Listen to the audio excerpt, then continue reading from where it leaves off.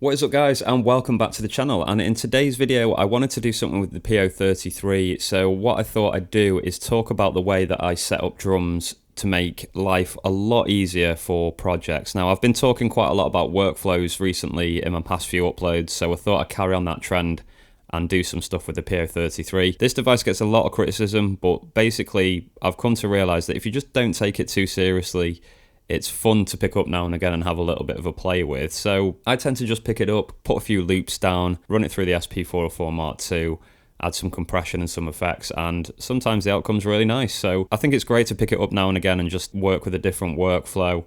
And although it is a little bit fiddly, I do admit that, it's not the perfect device by any means. It's nowhere near as powerful as, say, the SP404 Mark II or an MPC Live or something like that. But it's a really nice primitive workflow once you get your head around it. And yeah, like I say, now and again, it's quite fun to just pick it up and put some loops down. So I wanted to show you this thing today with drums because this saves you a lot of time. And I think, to be honest, with the PO-33, for me anyway, the drum side of things is probably the most fiddly thing. So the way that I've got things set up now solves a hell of a lot of headaches for me, and it just means that I can get on with making beats a lot faster. So what I do with my drums is have dedicated banks for dedicated sounds. And the big reason for this really is, well, there's two reasons. The first reason is it gives me a lot of options. It gives me 16 different kicks, 16 different snares, 16 different hi-hats in every project. And the second reason is I have them set up in different banks so that when I'm using each one, they don't cut each other out. So if my memory serves me correctly, in the drum bank, if you have two different drums hitting on the same time, hitting on the same number, for example, one will cut the other out, so they won't both sound at the same time if they're in the same bank. So for the drums, I always set mine up as different banks so that I can get a full drum loop and I don't get any of that cutting out. So there's two reasons for this approach. That's what they are. So what I do basically is I use the drum banks at the bottom of the device. You can see here from 5 down to 16 when we're talking about banks. These are all drum banks. And what this does is when you record something into it, it divides it up into 16 equal measures. Now, I need to do a massive shout out to someone that's made this app called Riley J. Shaw. He's made this app that basically on your computer, you can load in 16 different sounds and you can play them back with a button. And while they're playing back, you can just hold record and whatever bank you want to sample into. Just makes things a lot easier. I'm probably not doing a very good job of explaining what it does, but go and check it out. It's rileyjshaw.com/PO-33. It makes loading in drums a hell of a lot easier, guys, so definitely make sure you go and check that out. I was really struggling to get 16 sounds without doing loads and loads of trimming. I still had to do a tiny little bit of trimming, but it was minimal, and it was only on like 3 or 4 of the sounds per bank that I set up. So yeah, go and check out that. It's rileyjshaw.com/PO-33. That made loading in drums very, very easy. I'll leave a link in the description below. So basically, bank 13, 16 kicks. Bank 14, 16 snares, and Bank 15, 16 hi-hats. Now these drums here are from my Lo-Fi Drums Volume 5 pack. You can purchase these using my links in the description. It keeps me funded doing what I'm doing here, guys. There's 16 kick, snares, and hi-hats in that pack, as well as some other sounds as well. So it works out pretty nicely for the PO-33 because per bank you've got 16 sample slots. So for example, on 13 here, if I just select that, can hear there I've got loads of different kicks.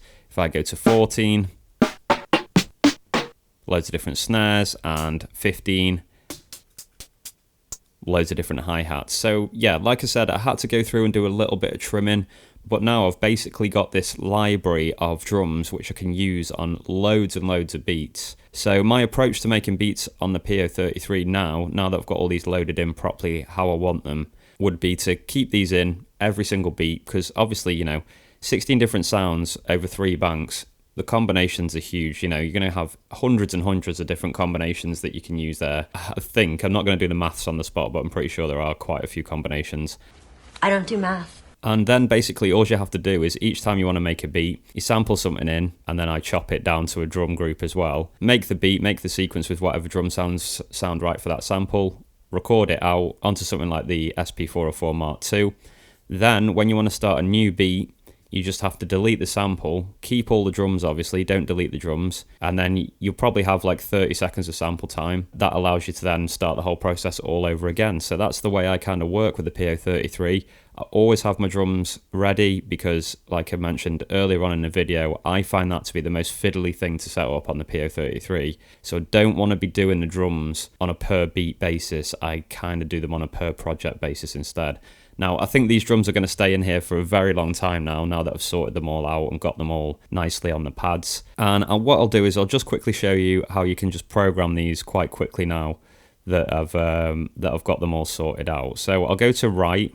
Let's start off by selecting a hi-hat sound. So you hold the sound and I can just flick through all these hi-hats. And that one sounds nice. So I like that one. And now what I'm going to do is just make sure write is on with the square on the screen there. You can see it goes on and off. Now I can just program these in. So really easy. 1, 3, 5, 7, 9, 11, 13, 15. And if I press play on that, there we go, that's sorted. And then I could just flip to snare. I like that sound. Put that in 5 and 13. Press play. Perfect. Go to kick. That one sounds okay. We've still got right on. So 1, 4, 9, 11, quite a common kick pattern for me.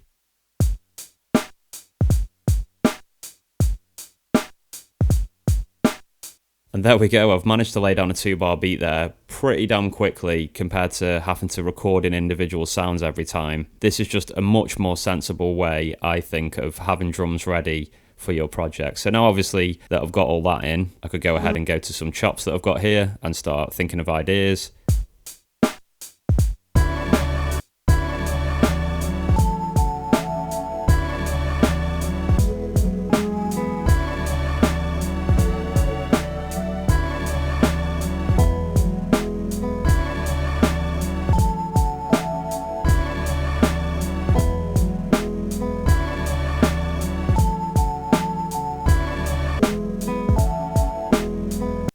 And then I can work out if I want to put that into a pattern, how many sequences I'm going to need for that length of pattern, etc, etc.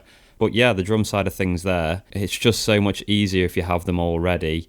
And then, you know, like I was mentioning, if I wanted to go to another project, I'd delete that sample. I'm not going to delete that sample now because I'm still working on this.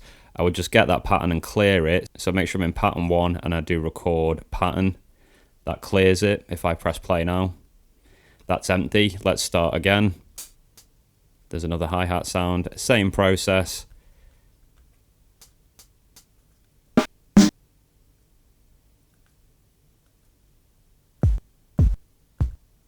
You know, you could choose a different pattern, but for the sake of this video, I'm not going to. And now I've just made a completely different pattern with different drum sounds.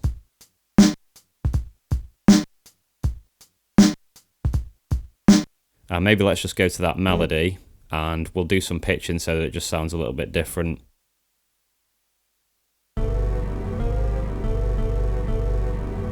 Okay, and you have to imagine that I've re-recorded in a new sample. I've left the drums, but let's pretend that this is a new sample that I've recorded in.